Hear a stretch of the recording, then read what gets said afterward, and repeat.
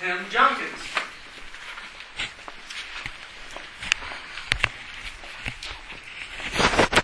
Good morning. Everybody doing all right? I'm also doing all right, so we're off to a good start. So, it's a weekday night, and you've been working hard, and you decide it's finally time to start catching up on your DVR or your TV shows or what have you, and you decide to settle in with a nice police procedural. Bones, Castle, Law and Order, it really doesn't matter. You're in the middle of the episode, and the cops have finally cornered the bad guy, and it looks like we're going to wrap it up early this week, when the 4 magical words pop up. Anybody want to take a guess? I want my lawyer. It always comes up in the middle of the episode. They've got the bad guy cornered, and he's about to crack. And then all of a sudden, I want my lawyer. And just like that, a magical force field has surrounded the bad guy for the rest of the episode. And the intrepid heroes and detectives and police consultants must then work that much more diligently to legally catch the bad guy. And it's an interesting concept, the idea of fair representation, the idea of a jury of our peers, the legal process that we have in America, the notion that we are allowed to have legal representation.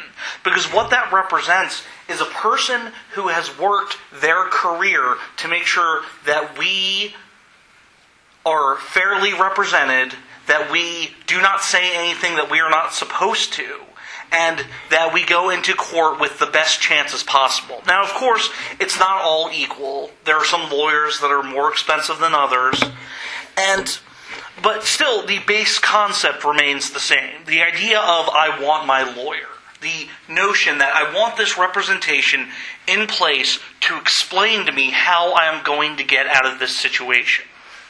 Now, before we get to the scripture for today, I want to explain what the lawyer-style mentality has to do with Matthew chapter 7, which is what we're going to be reading out of today. But first, a little anecdote. A couple of weeks ago, I was at the store Five Below. And if you guys haven't been there, it's a really amazing store. It's like the rich man's dollar store. The items can be in upwards of $5, but never more. $5 or below, hence Five Below. But it's a great place. You can buy audio cables, you can buy headphones, you can buy accessories for your iPhone and your iPad, you can buy video games and DVDs and whatever they have in stock. It's just this random hodgepodge of stuff that they got too many copies from like a Walmart or a Best Buy or a Sam's Club. So they'll have like 75 copies of one movie. But if you want that one movie, it's $5. And I had this great wave of nostalgia when I was there because they had this box set. It's the Superman cartoon from the 1940s, the World War II era Max Fleischer cartoons. They're historically recognized by animation fans as being well ahead of its time. Like if you watch it today, it looks like a cartoon from today, but it was done like all those years ago during the 1940s. And it was this box set, and it was all the episodes for $5, and I was like, oh, this is great. I'm going to take this home and watch it. So I threw it into the pile with all the stuff I was buying, the headphones, the HDMI cable, whatever else I needed.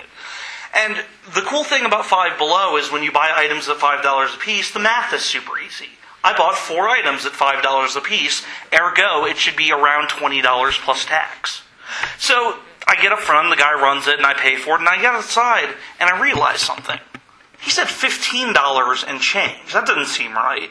So I look through, and there's the HDMI cable, there's the headphones, there's the DVD I bought, but there's no Superman cartoon on there. I'm like, that's how weird. So I'm standing up front, and my best friend is with me. And I go, hey, that guy didn't bill me for that. And he goes, oh, okay. And he was just really blasé about it. He was just like, all right, let's get in the car and go.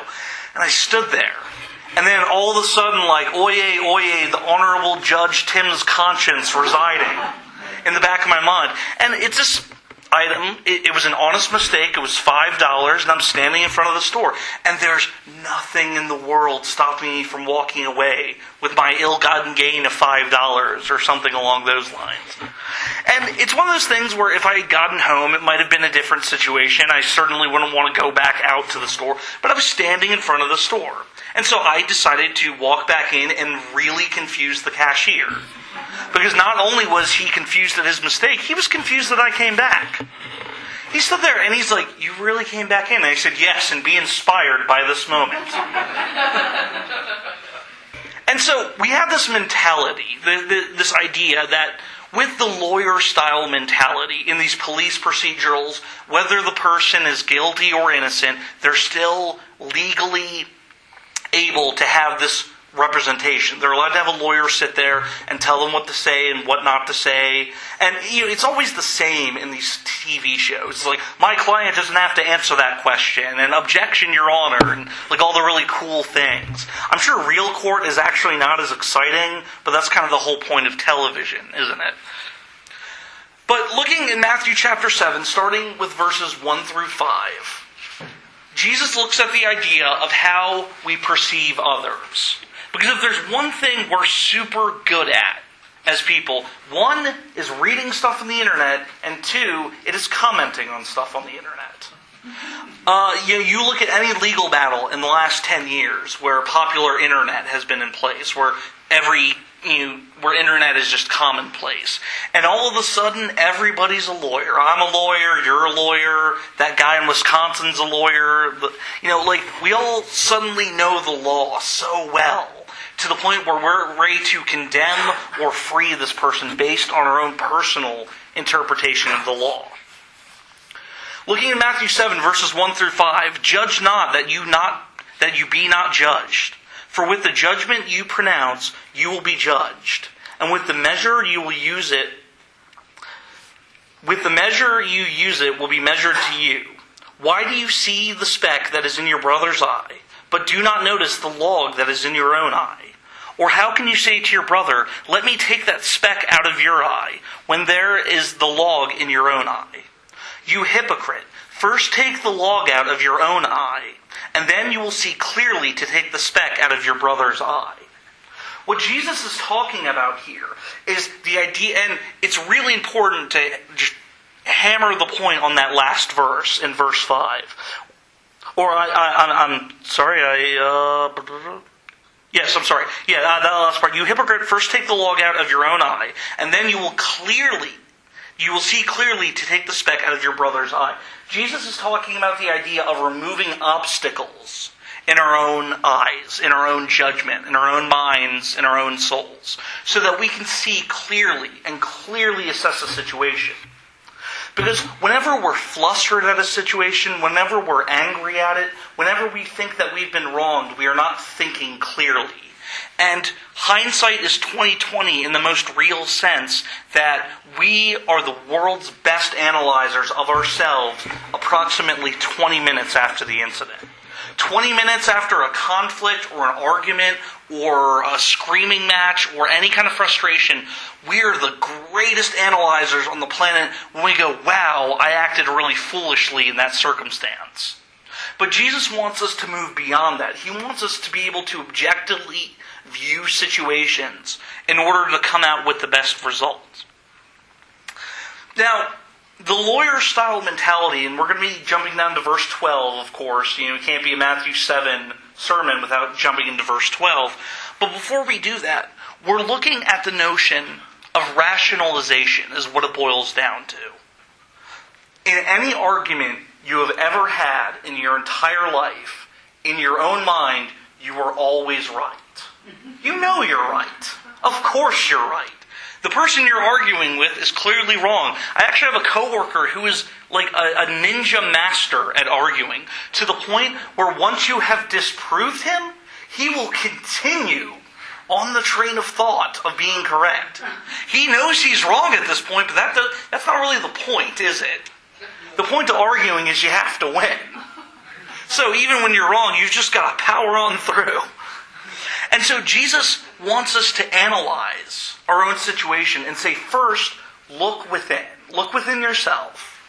Deal with all the problems, deal with all the calamities inside yourself first, before you go out and you try and save the world. Because you're not going to be able to if you're dealing with your own problems, if you've got your own misgivings, if you're too judgmental. You're not going to be able to lead a Christ-like life if if you have this log in your eye, if you have this giant obstacle. And I love the way that Jesus phrases it in the first couple of verses of Matthew 7. Or how can you say to your brother, let me take the speck out of your eye when there's a log in your own eye? Almost like there's like a hint of sarcasm on there. Like, oh hey, let me just get the little speck out of your eye, brother. Like when you've got this huge problem going on.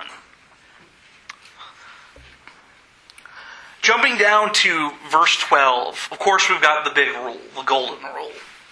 So whatever you wish that others would do to you, do also to them, for this is the law and the prophets. Matthew 7 verse 12, simplest verse, the golden rule, the big rule, the rule that we want to argue the most. And I say that in a sense because as great as due process is, as great as it is to have legal representation, we in a society are so driven to the point of rationalization. The idea that we absolutely, positively cannot be wrong. That when we are faced with dealing with the golden rule, we rationalize it right away. And I'm going to tell you what I think that most of us think the golden rule means. If a person mistreats us, that's a free pass to mistreat them. Am I right? Up top. Not really. But that's the idea behind the golden rule. There's this huge misconception because we have this rationalization as people that when Jesus says, the most common phrasing is do unto others as you would do unto them. And so we face this situation where we are mistreated and we are wronged and we know we're wronged. And we want to get back at that person so bad. And it's okay because Jesus said so in Matthew 7. It clearly says in black and white, it's right. It's right there, people. But it's not really right there. Because the prelude to this is the idea of us looking within and dealing with these personal situations. Like I said, when we get outside of conflict, it's so much easier to go back in hindsight and say what we did wrong, and say what we said wrong, and all these things. But Jesus wants us to get beyond that. He wants us to get past this lawyer-style mentality of always trying to micromanage and rationalize our actions and simply own up to them. Jesus wants to forgive us. He died for our sins, but He wants us to be able to look inside and say, you know what? I've done wrong. I've made a mistake. I'm clearly wrong in this instance. There is something I can do to fix this. And this lesson is so non-specific that I don't have to make a specific point. I don't have to give you a personal example because your brains are already firing off your little synapses and you're thinking of a situation right now. You're thinking of a situation where you go, wow, that personally applies to me, because that is what Jesus intended. He wants all of us to be able to lead this pure and godly life so that we can then in turn inspire others. And it's so difficult in the world because the world is such a dog-eat-dog world in the sense that if I told you the golden rule meant, vengeance is okay as long as a person wronged you first, the world would sign off on that. Great, sign me up. If that's what Christianity is all about, sign on the dotted line. I'm ready to roll. Let's do this. And that's not really what Jesus meant. Lawyers have a responsibility to do. And some of them have this awful responsibility because we have things like lawyer-client confidentiality where the client is allowed to disclose everything about the case to the lawyer. And he doesn't have to say anything about it. So the client could sit down and go, yeah, I murdered that guy. Stone cold, like I did it. I'm 100% guilty. You need to get me out of it. And the lawyers have this awful job. This awful, terrible position because we guarantee everybody free representation. We guarantee that kid who shot up the theater in Colorado fair representation. And it angers us because the evidence is so overwhelming in that situation. There were signs leading up to the incidents. There were weapons that were in his possession. His apartment was rigged to explode as a diversion to delay emergency services getting to the theater. But he is still allowed a lawyer. He is still allowed fair representation. And that just boils us on the inside. And that's the attitude that Jesus wants us to get away from. You probably work with somebody or know somebody or have crossed paths with somebody that if you had to bet money, you would bet money that they breathe acid. Because they're just so miserable all the time. That there's got to be like sulfuric acid in their lungs because they're so angry all the time at the world and how everything is unfair and how nothing ever goes their way.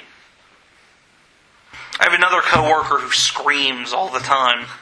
He screams when he picks up the phone. Hello? Like, that's how he answers the phone. Like, with this weird sense of urgency and stress. And it kind of pains me to a point. Because, like, he's so upset all the time. And it bothers me because Jesus wants us to be able to deal with these internal issues so we can be a better example for people. So we can say, you don't have to rationalize your way out of this situation. You just have to learn to forgive and move on. You don't need this cosmic sense of justice. You don't need vengeance. That's the biggest thing when it comes to judgment towards others. We want nothing more than vengeance. If a person has wronged us, if a person out there in the world, this all started with that first person who sued McDonald's because their coffee was too hot. And that person made bank. They got so much money for such a little innocent circumstance. I forget how much the money was. I think it was like $1 million or something. But it's more money than I'll ever see at one point in my entire life. The corporation paid out the money. They slapped a label on their coffee cups that said, "Hey, this is coffee. It might be hot." Honestly, I wish that's what the cup said. I really wish that's what they said. I would love to get a cup of coffee and say, "Hey, this is coffee. Coffee equals hot." And so, it's incidents like that really boil our blood and say, "Oh, I want," because it's either we feel like we're entitled to that, or we feel like that person needs to get their comeuppance. But there's no middle ground. There's no live and let live. There's no live and let go. And that's what Jesus is talking about in Matthew chapter 7. Jesus says, hey, you've got a lot of things wrong in your life. You've got things you've got to work on. You've got things you've got to fix. You've got things you've got to set aside. You've got people who you need to apologize to. As much as we would love to sit around and grumble and argue and just agree with each other about how life is unfair, Jesus wants us to take a higher path. He actually goes as far in verse 5 to say, "You hypocrite." Jesus takes the gloves off in this passage. He says, "You hypocrite, first take the log out of your own eye, and then you will see clearly to take the speck out of your brother's eye." Now, this lesson, this message that Jesus is talking about is not to just hammer away at our morale. It is not to say that you are a terrible person and you need to fix yourself. That's not the point of it. The point of it is this declaration that Jesus makes, where he points and he says, "You hypocrite. You need to fix things in your life before you go out and you try and fix others." We can say everything that's wrong with our friends, our coworkers, our mortal enemies, or whatever is out there. The people that we don't get along with, you can sit around and talk until the cows come home about how they've done wrong and they've been wrong and they need to get their act together. But at the end of the day, Jesus says, I don't care. I really don't, because you need to look within first. If you're going to go out there, if you're going to represent me, I'm trying really hard not to point at anybody in particular. So I'm just kind of pointing at the floor. Because I don't want to single anybody out. Joseph. No, I'm just kidding. But he says, if you want to represent me, if you want to be my disciple, if you want to go out there, if you want to save the world, if you want to make the world a better place, you need to deal with all these internal conflicts first. You need to be a better person so that you're not breathing acid, so that you can see clearly and you can think clearly and you can be objective and you can be a true follower of Christ. And that's what he inspires us to be, because simply put, it's worth it. I spent a long time being angry for whatever reason. Student loans, relationships that don't work out, my career not being exactly where I want it to be, blah, blah, blah. And I spent so many years just bitter and angry, and then one day I decided to follow the advice of Jesus, and I just let it go. I just set it aside and let it go, and I feel like I can breathe again. And it's such an odd feeling to wake up and to not be running things like 1,000,000 miles an hour in my own head, and to always be worried, and to always be upset, and to always be scared about how tomorrow will turn out. I finally looked inside and said, hey, here's that log that's in my own eye. Here's the thing that I can get rid of. And it's not to say that specks didn't fall off that log. It's not to say that there won't need to be future improvements and things I need to readdress and reassess. But to get rid of the bulk of that spiritual weight, the idea that there is something that I can simply let go, live and let live and forgive, try not to be as judgmental as a person. And it's so weird to wake up in the morning and to feel refreshed and to get a good night's sleep. It was such an odd feeling the first couple of weeks it happened, because I was so used to carrying around this weight that the world said that it owed me. The world's like, oh, you deserve more, you deserve better. Well, I've got plenty.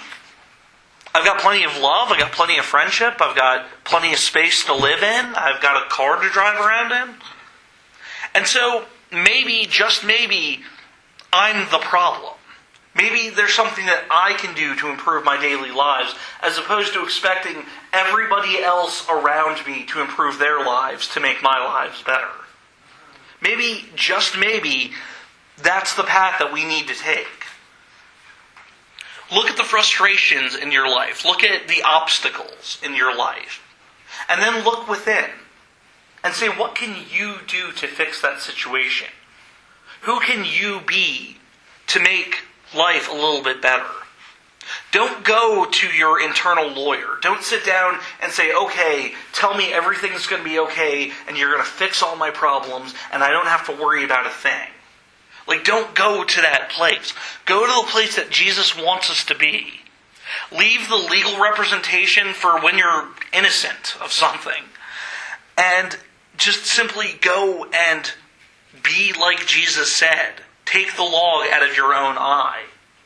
And understand that the golden rule is not a free pass for retaliation or vengeance. It is simply a rule that says, hey, if you want the world to be a better place, be a better person.